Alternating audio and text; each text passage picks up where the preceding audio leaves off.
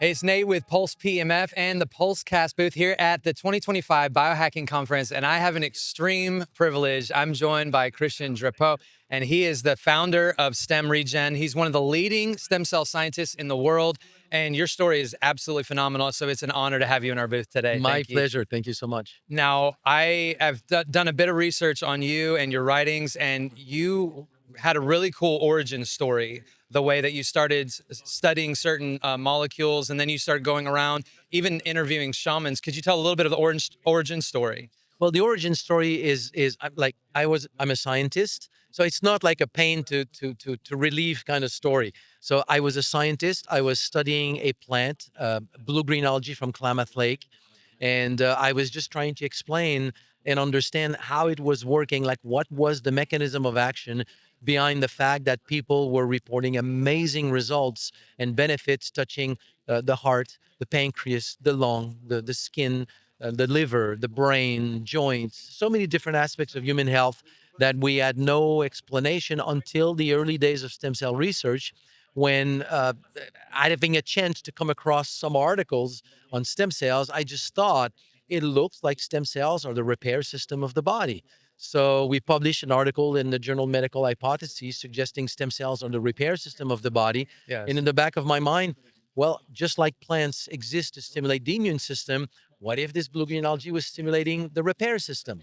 So we acquired the equipment to count stem cells in the blood, Yes. and we very quickly discovered that plant was working as a stem cell mobilizer, putting more stem cells in circulation. So Wow. that's what I have done since then. So for the past 25 years. And then you've been developing products, you've been writing and contributing, and even here at the conference, you've been interviewing people as well. How has this conference been so far?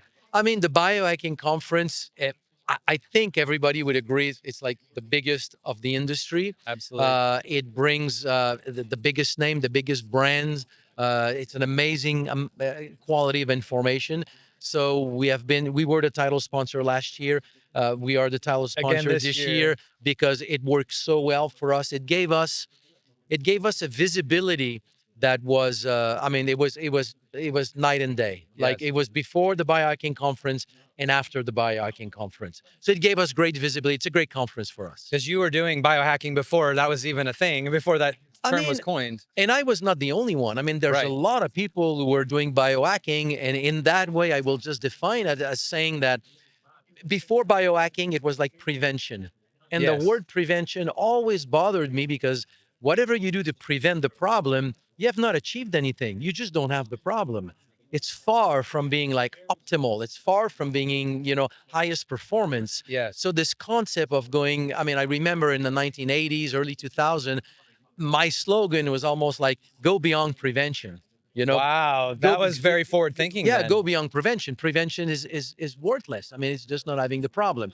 So biohacking is that, is essentially on steroid. Yes. Meaning it's like really finding everything that you can do to optimize your physiology, your brain, your mind, to really get all the juice of what life could be here. Because Yes. so Dave Asprey obviously is the organizer. The one thing to me that Dave has created that is still probably not known to the degree that it should be known is 40 years of Zen.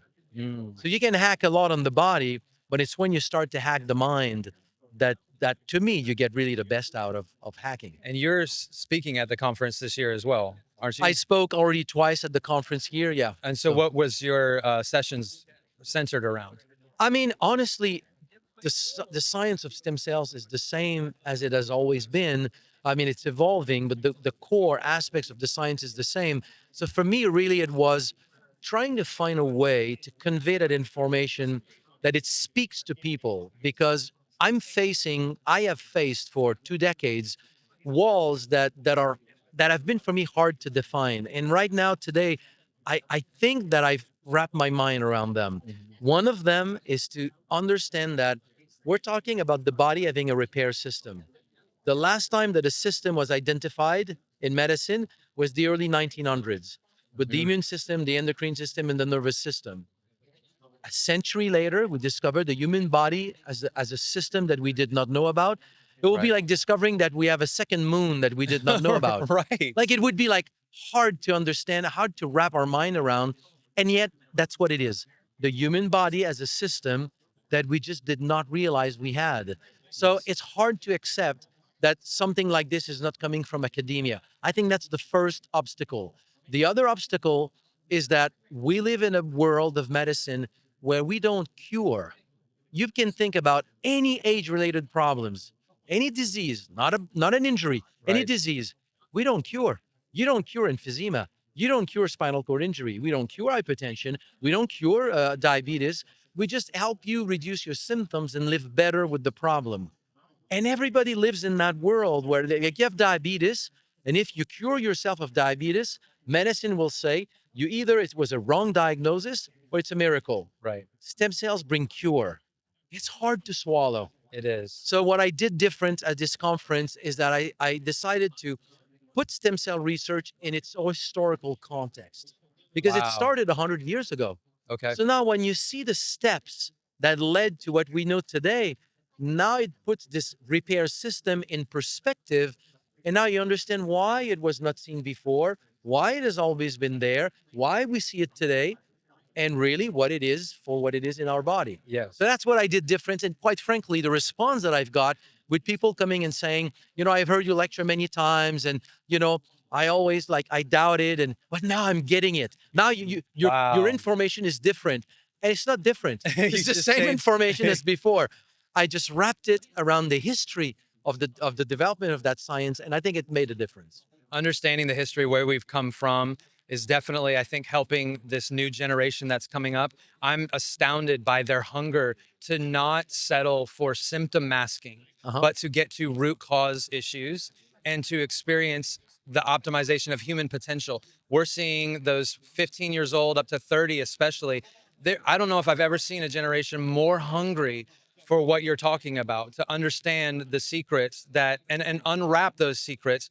It's a journey for them. They're excited about it. Whereas I've seen with my wife is a doctor of naturopathy, and a lot of times she'll have to confide in me that those who are in their 50s and up, they're so stuck in the mindset of this closed box of the pharmaceutical and the medical and the pills and the jabs, and they can't see beyond that. So what you're sharing is absolutely needed right now. Where do you see, since you've been walking this for decades, where do you see the biohacking movement, the stem cell movement? Where do you see this collective energy that's swelling? Because I don't know if we've ever seen a generation more No. primed and ready. What do you think in the next 10 years we're going to start I seeing? mean, what you're describing is totally true. Actually, to me, what is the mystery is not what is happening with this new generation now interested into the cause of things. The mystery to me is how could people for the 6 past decades, if not more, not wake up to it before? Like, how could you just mask? And it gives an idea of the mass. I don't know if I should say mass manipulation, but our people were just It feels that programmed, way. programmed to just be content just by masking symptoms and making people believe that they're doing something with their health just by monitoring or masking a symptom. It should, from the beginning, it should be health should be go to the cause of the problem.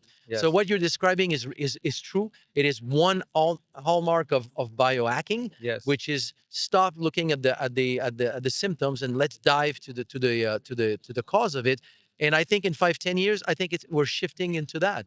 We're shifting to say, let's go to the cause of the problem, find the cause of it, and also not do something to my health after I've developed the problem, but Yes. to realize that every single problem, almost without an exception, the moment that you experience the problem or it's diagnosed, it started 20 years prior. Yes.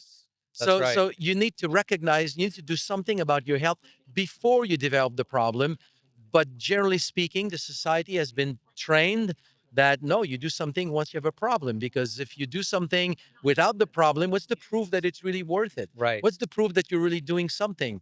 And it's a big hurdle. It is. And the proof is just that we know now with enough science that if you don't do those things, then yes, the problem develops, 20 years down the road. That's right. I think it was Benjamin Franklin that said an ounce of prevention is worth a pound of cure. And we're seeing this generation being more proactive, I think, Yeah. than ever before. They're really embracing the fact, even my 15-year-old daughter, she's reading labels, she's disciplined in her schedule. She's doing the steps. And and I'm not even having to coach her. She's doing it. And that's that hunger, that passion I'm Yeah. seeing in this young generation. I think that's going to drive this. I have compassion for those medical doctors who are trying to bridge the gap. They're trying to step into integrative medicine and apply these things. Now you're providing products that are going to make it so much easier for the doctors with your writings, but also could you explain a little bit about what you're doing with STEMregen and So the books in a you're few writing? words, STEMregen is a blend of plant extract that we've all documented. Like you talked about, like I went to various, like many remote areas in the world. I had a chance to talk with some shamans, some healers, and trying to find worldwide what are like interesting plants that had been used in remote areas of the world to be, and they are associated with a broad variety of health benefits. That's And we amazing. tested them for their effect on stem cells with the hypothesis that if something is good for problems of the heart, the liver, the skin, and the pancreas, then maybe the common denominator is just stem cell release. So we Wow. studied a lot of these plants. The top 5 plants that we have studied, where we have the top biggest response, are now in STEMregen release. So you take 2 capsules and you will release about 10 million of your own stem cells. So you do this 3 times a day. That means you release 30 million of your own stem cells on that day. You do this for a month.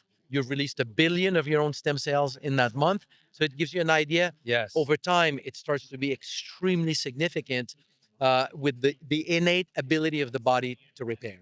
Now I've heard that once you hit 30, it starts to decline of the actual activation of stem cells. By the time you're 60, hardly any are activated. So you're recommending this for young and old? Correct. It's the number of stem cells. The number of stem cells decline very early in life. By age 30, you've lost about 90% of your stem cells, and it keeps going down. But during your entire life, your body goes through a process of tissue turnover. You get a new liver every 2, 3 years, new skin every month, a new heart every year. 1% of your heart turns over every year. So everything is a constant process of turnover. Reconstruction, yep. If you start to not have enough stem cells in your bloodstream past 30 or 40 years of age, you cannot offset this process of tissue turnover. So you start to lose cells in your tissue. And if you lose too many in your pancreas, it's diabetes. If you lose too many in your heart, it's heart disease. So if you start early on putting more stem cells in circulation, you maintain your organs and tissues and you don't develop the problem that comes with age. That's That's the incredible. secret. Now it's so wild to think about with just your story where you were working with shamans and these healers who are using plants before they had the research. They just They know. they knew. So it makes you wonder how many more plants out there have these attributes, these healing That's attributes. the fun. I keep looking for them. Right. So do you feel like we're on this cutting edge of we're going to find more plants and more Oh, of no these secrets question. in the next No 5 to 10 question. years as well? Oh, no question. We keep looking for these plants, and they're. I mean, will they be much stronger? I don't know, because we're already having something that is quite strong. Yeah. I don't know. Just real quick, could you tell us about the book and who you were specifically writing it to? The book was published in 2010, and at that time there was tons of literature really telling us stem cells are the repair system of the body. But there was not one article, to my knowledge, that was pulling all of that together and really just explaining and proving that stem cells are the natural repair system of the body. So the book was really aimed at bringing all this information together, explaining how stem cells are the repair system of the body, and explaining, also showing through many studies, like hundreds of studies, how if you can put more stem cells in circulation, what this can mean for the repair of the heart, of the pancreas, of the liver, of the Amazing. brain, of the lung, of various parts of the human body. So the everyday person can It will make you grasp. understand that part of your body that is, quite frankly, I think, the most decisive and the most determinant to see what your health is going to be in 5, 10 years down the road. It's absolutely amazing. Christian, thank you so much My for all pleasure. that you are doing in this movement.